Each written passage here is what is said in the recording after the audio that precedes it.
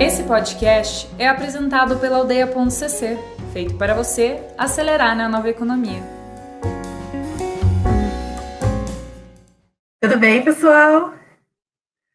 Eu sou a Ana, da Moca Arquitetura. Hoje vocês vão ter só eu aqui. Como alguns já sabem, eu tenho uma sócia aqui, a Kátia, mas hoje, pelo distanciamento, infelizmente, eu não estou perto da Kátia. Então, eu vou falar um pouco com vocês sobre um tema que a Moca fala muito. Quem já assistiu alguma palestra sobre a Moca já ouviu provavelmente falar sobre arquitetura afetiva.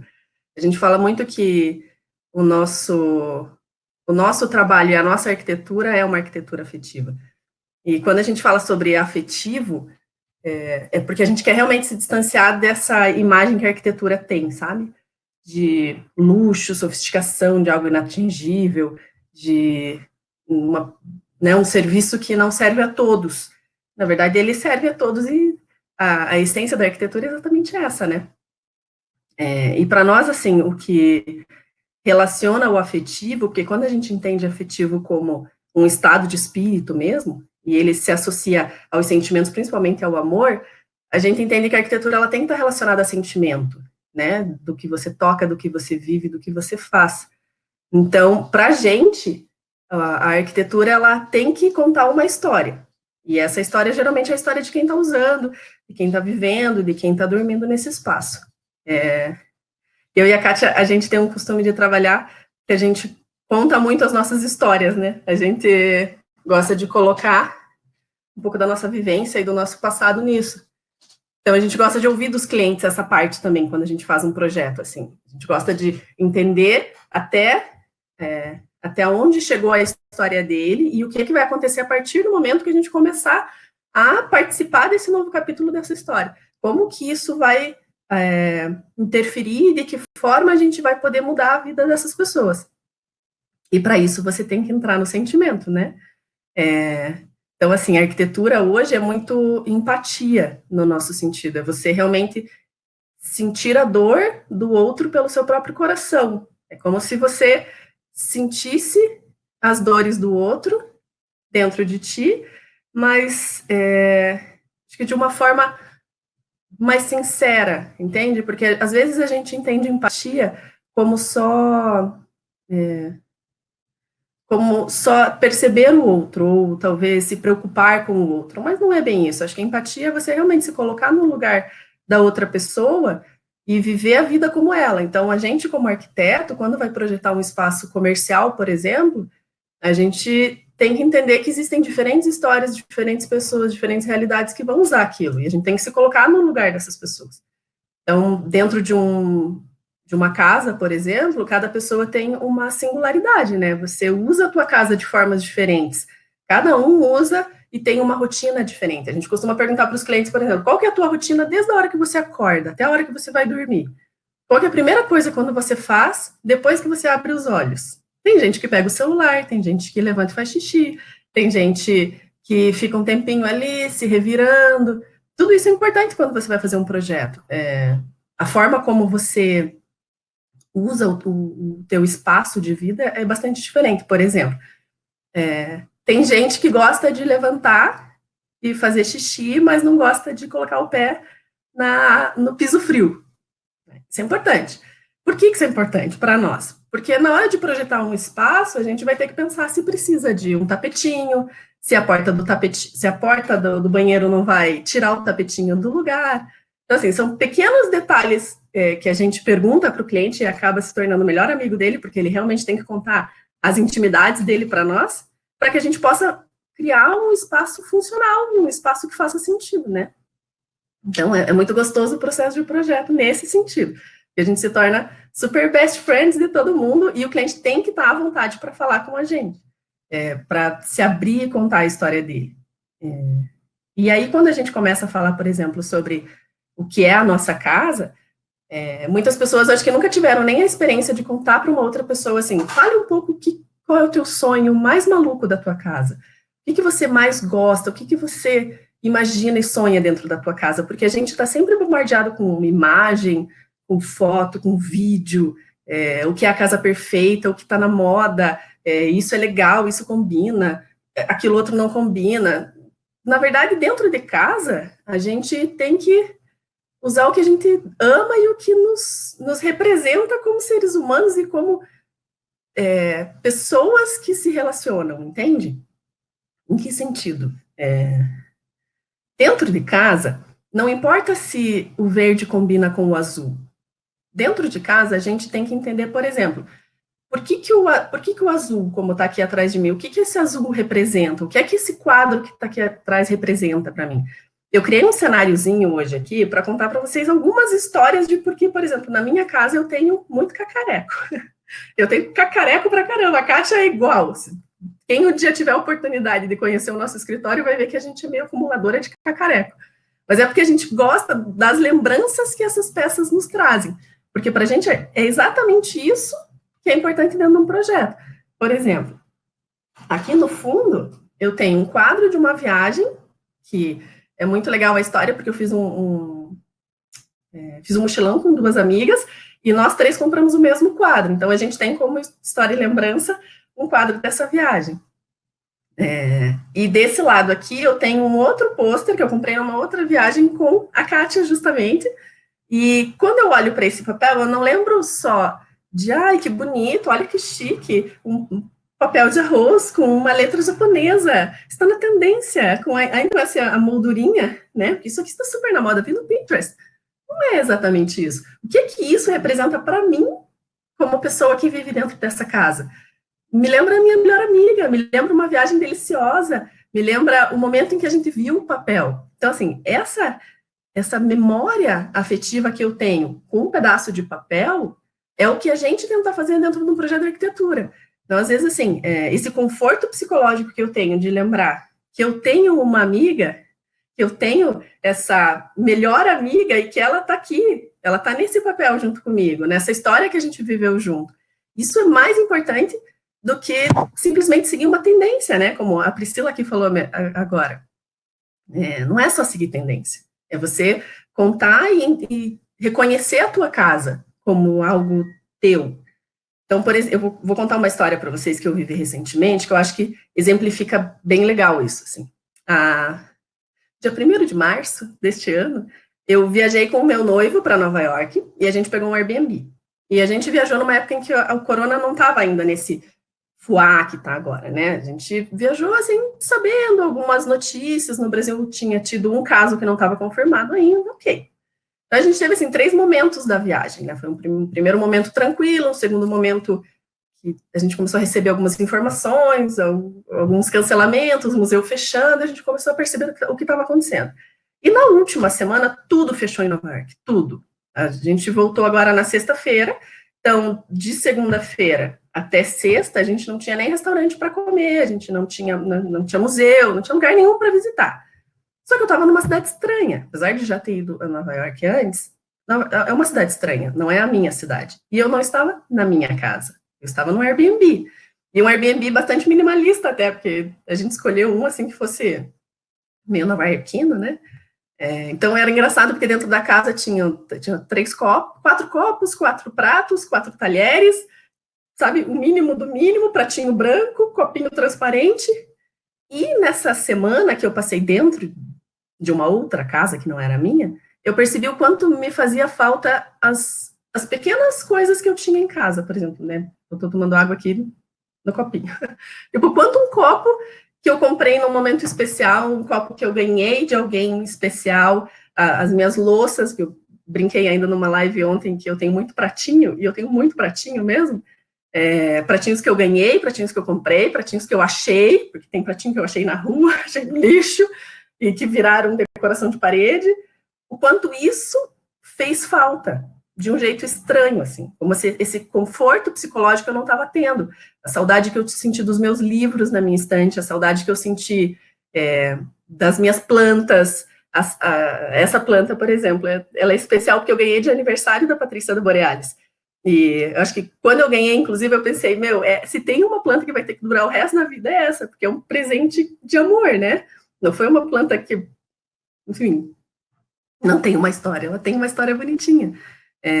E naquele lugar, dentro daquele outro apartamento que não era o meu, recebendo essa né, sendo bombardeada por todas essas informações e essas notícias que estavam chegando, eu percebi o quanto realmente faltava esse conforto, esse psicológico que as minhas coisas me trazem.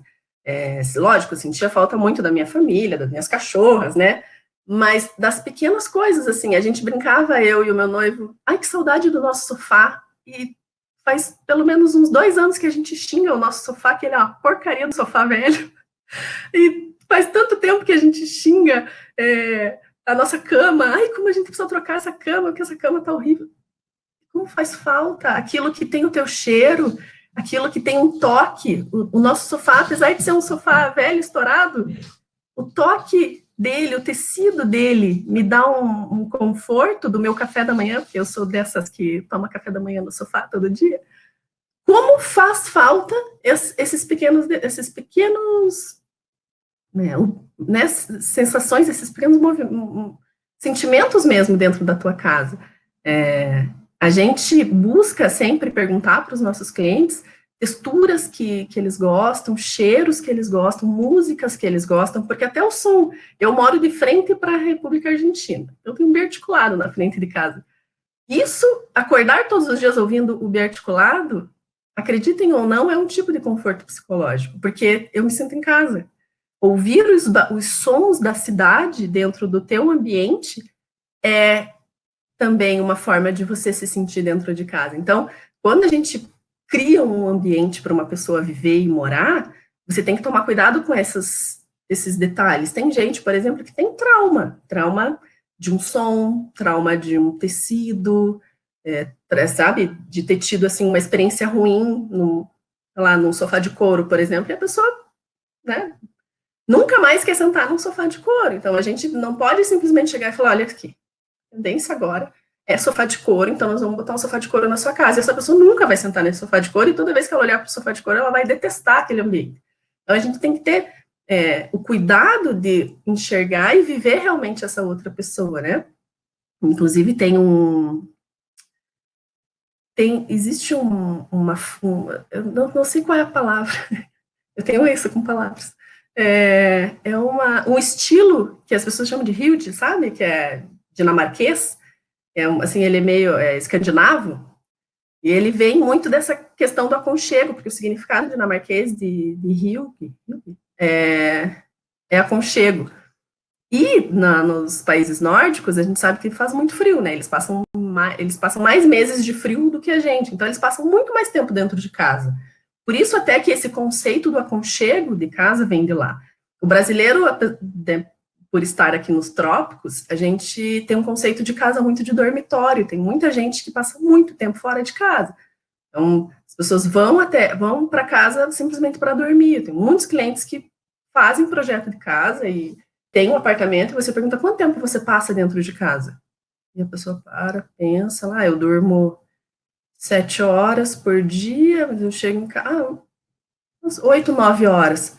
E o restante do tempo você está fora de casa. Só que dessas 8, 9 horas, às vezes 7 você está dormindo, então você está usando, de fato, a sua casa 2 horas por dia. É muito pouco. E a gente, aqui, né, nos trópicos e no Brasil, a gente tem um costume realmente de estar fora de casa. Faz um calorzinho, a gente vai para o happy hour. Tá um tempo bom, você está no parque, as pessoas não estão dentro de casa. Agora, quando você tem um clima intenso e frio, as pessoas ficam muito tempo mesmo dentro de casa. Então, criar esse aconchego que não é só estético, esse aconchego que não é o da moda, é muito importante. É uma manta especial, um tecido diferente, né? Evitar essa questão de casa-dormitório, principalmente.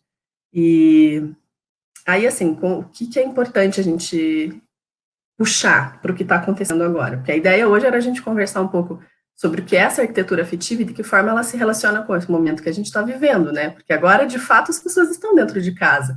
Esse brasileiro tão saidinho, ele tem ficado muito mais dentro de um ambiente que não era o costumeiro. Hoje mesmo, conversando com um cliente, eu falei, olha, o que mudou para mim é que eu mudei o meu ambiente de trabalho, porque eu continuo, né, com o meu notebook, as ideias, os meus clientes estão ali, as referências estão na internet, os meus livros eu tenho aqui, porém o que muda é o meu ambiente. Agora tem gente que trabalha, né, num ambiente completamente diferente do que é um escritório. Então, assim, hoje, quando a gente pensa em crise e no futuro e de que forma as pessoas estão usando esses espaços e o que vai acontecer para o futuro, eu acho que nós, como arquitetos, principalmente, a gente vai começar a enxergar os espaços de forma diferente. A gente começa a pensar não só num ambiente acolhedor, aconchegante, interessante, mas também numa acessibilidade, porque, se vocês perceberem, a gente não está tocando em nada, que é muito triste, né? A gente não encosta mais em nada. O elevador, o botão do elevador se tornou um perigo, né? Ele é o inimigo. Então, eu acho que até a forma da gente repensar uma maçaneta, uma torneira, um banheiro público, como que você chama o semáforo, né? Porque tudo é no botão, tudo você encosta, e se não fosse esse nosso inimigo invisível, a gente talvez não percebesse o quanto a gente toca e usa a cidade, o ambiente. E eu acho que o grande medo do que está acontecendo agora é essa crise que provavelmente vai atingir o país. Os meus clientes, já tenho clientes que estão encerrando o projeto ou dando uma segurada, né, mandaram mensagem dizendo que vão segurar o projeto, porque daí segura pagamento, as pessoas estão inseguras mesmo. E isso a gente viveu no escritório uns 4 anos atrás, em 2016, assim, acho que a crise que o país passou, ela teve momentos diferentes para cada setor. No nosso, dentro do escritório, foi exatamente 2016. 2016 foi um ano que começou parado, começou num silêncio, a gente fala. É diferente a gente fazer orçamento e não fechar. Agora, não fazer orçamento é um tipo de desespero doído, porque você não sabe nem para onde correr. Pode fazer propaganda, pode organizar, e se simplesmente você não faz orçamento, você não tem nem como negociar ou tentar fechar alguma coisa. Então, assim, foi um ano muito difícil na Mooca, muito difícil. Para quem não sabe, a gente abriu o escritório em agosto de 2019, então já faz mais de 10 anos que a gente está junta, e aí a gente vinha, assim, numa crescente. Quando você abre um escritório, começa bastante difícil, né? Você paga para trabalhar, a gente tinha outros empregos que sustentavam esse nosso sonho. De repente, a gente começou a conseguir pagar as contas, e aí veio o ano de 2013, 14, a gente recebeu o primeiro salário, foi, assim, mega comemorado, porque a gente tinha um salarinho, começou a dar algum lucro no escritório, e de repente apareceu 2016. E aí acabou. Não tinha dinheiro para mais nada. E eu e a Kátia, nós viemos de famílias, né, que não puderam nos prover. A gente brinca que a gente não tem, infelizmente, não tem herança. A gente quer deixar uma herança um dia, mas a gente não tem herança. Então, assim, a gente não tinha para onde correr. A gente não tinha nenhum dinheiro guardado, a gente não tinha alguém que pudesse nos ajudar financeiramente, a gente tinha nós e nós mesmos e o nosso trabalho. E chegou um ponto, é muito difícil falar isso, mas é doído, chegou um ponto que a gente não tinha dinheiro para comer, para vocês terem uma ideia. E, obviamente, assim, a gente não queria recorrer às outras pessoas, porque a gente é muito durona, né? E a gente acreditava no nosso sonho. Então, quando os nossos pais ou qualquer outra pessoa via que a gente estava passando uma dificuldade muito grande, a primeira reação é dizer, fecha o escritório. Vocês são loucas, vocês abriram uma empresa, vocês duas, sócias, mulheres, arquitetura é para os homens, né? Porque vocês sabem que, infelizmente, ainda os homens têm essa facilidade, né? Então, assim, para a gente assumir e agarrar o nosso sonho, eu acho que a gente ainda mais se uniu. Quando a gente não tinha dinheiro para comer, porque os cartões estavam estourados, porque o limite de cheque especial estava estourado, porque a gente não tinha nem de onde tirar ou vender os cachorros, a gente comia linguiça no escritório. A gente tinha um forninho que queimou há pouco tempo, inclusive foi muito doído. E a gente comprava uma salsicha no Mercadorama, que era muito baratinho, e comia salsicha com pão, nós três. Eu, a Priscila e a Kátia. A Priscila é a irmã da Kátia, que trabalha com a gente. E todo o dinheiro que entrava, independente do que acontecesse, a gente dividia, a gente se ajudava, a gente se abraçava, a gente chorava, a gente orava. Foi assim, eu acho que foi um dos momentos mais difíceis da nossa vida, definitivamente, assim, de você olhar, não saber o que é que você pode fazer, se vamos procurar um emprego, vamos trabalhar em outro lugar, porque isso aqui não está dando dinheiro, e não tinha perspectiva de melhorar, mas a gente acreditou muito no nosso sonho. E eu e a Kátia, a gente tem uma coisa que a gente fala que a gente é a gente tinha que fazer discurso motivacional, sabe? Porque a gente é muito otimista. E realmente, assim, a gente acredita no nosso sonho, a gente acredita na arquitetura que a gente faz, a gente acredita muito no trabalho que a gente entrega e nas pessoas que trabalham com a gente. E a gente sabia que isso não podia acabar. Nós tínhamos certeza que não podia acabar. Então, a gente se uniu, né, nessa força. Eu acho que é o que as pessoas deveriam estar fazendo agora, se ajudando. Eu tenho muitos colegas que têm empresa e pequenos negócios que estão sentindo muito mais do que a gente, amigos que vendem cookie, amigos que fazem bolo, amigos que têm bar, e todo mundo está sentindo. Então, assim, se ajudar, eu acho que nesse momento é o mais importante. É a gente colaborar com o colega que está ali, comprar dele de alguma forma, de se... de divulgar, se você não puder comprar. Hoje mesmo, um cliente que, assim, tem bastante influência, dono de empresa, que exporta, ele falou, se vocês tiverem algum dinheirinho, se vocês tiverem alguma reserva, economizem, porque a gente não sabe o que está por vir. Então, a única forma é a gente se ajudar, a gente manter a calma, porque eu acredito muito em consciente coletivo, a Kátia também, né, estamos falando por duas. Nós acreditamos muito que o pensamento coletivo ele é mais forte do que a gente imagina. Então, se todo mundo mantiver a calma, se todo mundo pensar que a gente vai sair dessa, que a gente vai sair junto, que as coisas vão melhorar, eu acho que a chance é que realmente elas melhorem. Agora, por exemplo, a gente tem feito muitas reuniões via call, né, com o Zoom, com a nossa equipe, com os fornecedores. Então, assim, existe uma forma de trabalhar, existe uma forma da gente manter a economia girando, e eu acho que a gente tem que ser criativo. Nesse momento, é ser criativo. E o que aconteceu depois de 2016, né, para vocês saberem, assim, foi terminando o ano, e até nessa época, sabe o que a gente fazia que é interessante? A gente ouvia meditação para dormir, porque a gente não conseguia dormir. E quando você tem todas as contas estouradas, todos os boletos vencidos, o cartão de crédito estourado, é engraçado que o cérebro nunca desliga, né? Então a gente colocava o fone assim no YouTube para ouvir meditação, a gente ia compartilhando as meditações, a gente só conseguia dormir ouvindo essas meditações. E de repente, acho que com o subconsciente pensando positivo também, as coisas começaram a melhorar.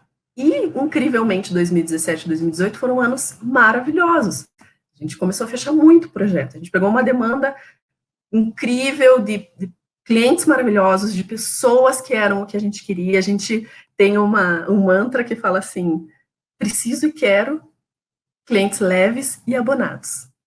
Leves e abonados. Na arquitetura isso é importante. Leves e abonados. Então, assim, a leveza dos clientes que chegaram é incrível. Eles realmente vieram e a gente conseguiu trabalhar, e hoje, graças a Deus, a gente está melhor. Vamos passar por uma segunda crise? Talvez sim. Mas a gente vai estar preparado mais uma vez, porque é não desistir, acho que se reinventar, né? Se abraçar, e tudo vai dar certo. Eu tenho 5 minutinhos ainda, porque eu estou controlando meu tempinho aqui. Se vocês tiverem alguma pergunta, quiserem abrir agora, estou vendo que o pessoal está muito interagindo bonitinho aqui. Hoje era mais uma conversa, a gente até pensou em fazer uma apresentaçãozinha, mas eu acho que contar a nossa história e contar de que forma a gente passou por tudo isso e por esses 10 anos de escritório, mostra também para as pessoas que às vezes estão um pouco desanimadas que no final dá certo. E eu acho que é importante a gente manter a mente sã e positiva. Se quiserem fazer uma pergunta, estamos aqui. Ou senão eu vou continuar falando, porque eu tenho ainda 6 minutos. E tenho água no meu copo maravilhoso.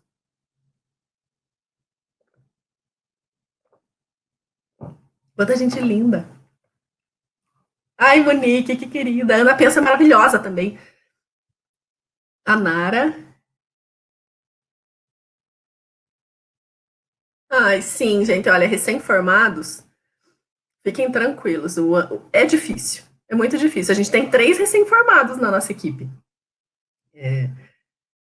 São os nossos estagiários que se formaram esse ano, começo desse ano, e a gente não tinha como mandar eles embora. Eles ficaram lá e a gente o tempo todo mostra que, assim, tem que segurar, porque não é fácil. A nossa profissão é uma profissão difícil mesmo. Para trabalhar Dica para trabalhar com interiores em Curitiba. Isso é importante. Interiores em Curitiba é bastante polêmico, mas eu acho que o cenário tem mudado um pouco. Quando eu e a... essa história é interessante. Quando eu e a Kátia abrimos o escritório, a gente não é muito patricinha, né? A Kátia tem um estilo mais diferente, bonitona e tal.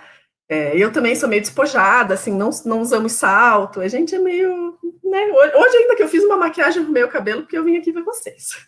Mas a gente tinha esse jeito despojado. Sempre teve, e a gente queria manter isso. Quando a gente entrava em loja de decoração, as pessoas olhavam, tipo... Qual é o teu sobrenome? Quem é você? De onde você vem? E isso quando atendia, né? Porque tinha dias que a gente tinha lojas que a gente entrava, dava uma volta, assim, ninguém vinha falar com a gente, ninguém atendia. E aí, quando vinham falar, a gente falava que era de São Paulo. Então, as pessoas falavam, quem é vocês? Qual é o nome do teu escritório? Qual é o teu sobrenome? Aí a gente falava, então, é que a gente é de São Paulo e tá vindo para Curitiba. E aí mudava. Claro, que legal, aí vocês são de São Paulo, vocês têm a cara de São Paulo mesmo. É uma pena, porque Curitiba também é legal, Curitiba também é criativa. Eu acho que hoje a gente tem escritórios bacanésimos, né? O BST, a Thalita Nogueira, o Juliano Marchiorato, tem tanta... o Boscardin Corsi, eles são tão maravilhosos que hoje eu acho que as pessoas estão mais adaptadas a esse povo jovem e diferente que não vai de salto na loja, que não faz escova para ir na loja. Mas se você vai trabalhar com interiores em Curitiba, o que eu diria? Mantenha a tua personalidade, porque existe um nicho de mercado para cada tipo de profissional e para cada tipo de pessoa. Por isso que nós somos amigos de todos os escritórios, a gente não tem rixa com ninguém, não existe... Eu falei uma vez no meu curso de pós-graduação que eu não tenho concorrentes, porque de fato a gente não tem concorrentes, a gente tem colegas que atendem clientes com a personalidade deles. Os meus clientes, eles têm a nossa vibe, né? Eu acho que é bem nesse sentido. Vamos ver, tem uma pergunta legal. Como captar a essência e a personalidade dos clientes? Peraí. Também acredito muito em respeitar os gostos. Conta um pouco desse processo. A gente faz uma reunião de briefing bem despojada. A gente fala que é um café, é uma conversa de amigos. Então, assim, a gente vai perguntando, a gente pergunta tudo. Conta o que você faz, conta o que você gosta. Já viajou? Para onde? Qual que é a tua comida preferida? Qual que é o teu cheiro preferido? Ou, tipo, prefere cheiro de madeira, gosta de cheiro de canela? Qual que é a tua banda preferida? Você consegue criar um perfil e entender a personalidade de uma pessoa com essas perguntas simples, assim, o que você gosta de fazer quando chega em casa? É como se você fosse conhecer um amigo, entende? Quando você senta numa mesa de bar com uma pessoa nova, troca, o que você gosta de fazer? Você assistiu tal série? Não gosto de série, eu gosto mais de ler livro. Que legal, que livro que você lê? Assim, é como se você estivesse realmente criando um amigo. A gente é mais psicólogo que arquiteto, às vezes, né? Mas essa é uma forma bem interessante de entender a personalidade das pessoas. Vamos ver. O processo criativo, a gente usa muita referência de internet. Mas o processo criativo, ele começa nessa primeira reunião. A gente faz essa reunião, conversa com os clientes, tenta entender o máximo, né, da personalidade deles. Daí a gente faz uma planta, que é um layout, e baixa umas imagens referenciais daquilo que a gente já estava imaginando, ou até acaba se inspirando nessas imagens. E aí, na primeira reunião, a gente mostra essas imagens para o cliente também dizer, esse é o caminho, gosto disso, não gosto daquilo, a planta tá legal. É meio que nesse sentido. Acho que tem um minutinho só, eu vou tentar dar uma acelerada, porque eu falo muito. Maravilhosos. E no Rio também é assim, não? E olha que a Casa Cor Rio é maravilhosa, achei que no Rio o povo ia de chinelo para a loja. Queria ir de Havaianas para a loja. Competição mas eu acho que vai na cabeça de cada um, sabe? A gente não tem competição com ninguém, não. Tanto que quando o cliente faz orçamento com a gente, faz com um escritório parceiro e fecha com o outro, a gente não fica triste. A gente fica feliz, porque significa que o cliente conseguiu se identificar com alguém, que pode ser diferente da gente, e conseguiu, né, encontrar um profissional legal. E acabou meu tempo. Gente, muito obrigada. Desculpa se eu falo demais e gesticulo. A gente vai fazer mais live no Instagram, prometo. Nós estamos começando, é novidade isso para nós ainda. A gente tem um pouco de vergonha de aparecer, né? Mas a gente vai fazer sim. A gente precisa se relacionar e a gente gosta muito de falar com as pessoas. Prometo, Raquel. A Gabi também. Gente, se cuidem, lavem as mãos, fiquem em casa e ajudem os colegas comerciantes, né? Os colegas que têm negócios. Vamos criar uma rede de pessoas trabalhando juntos.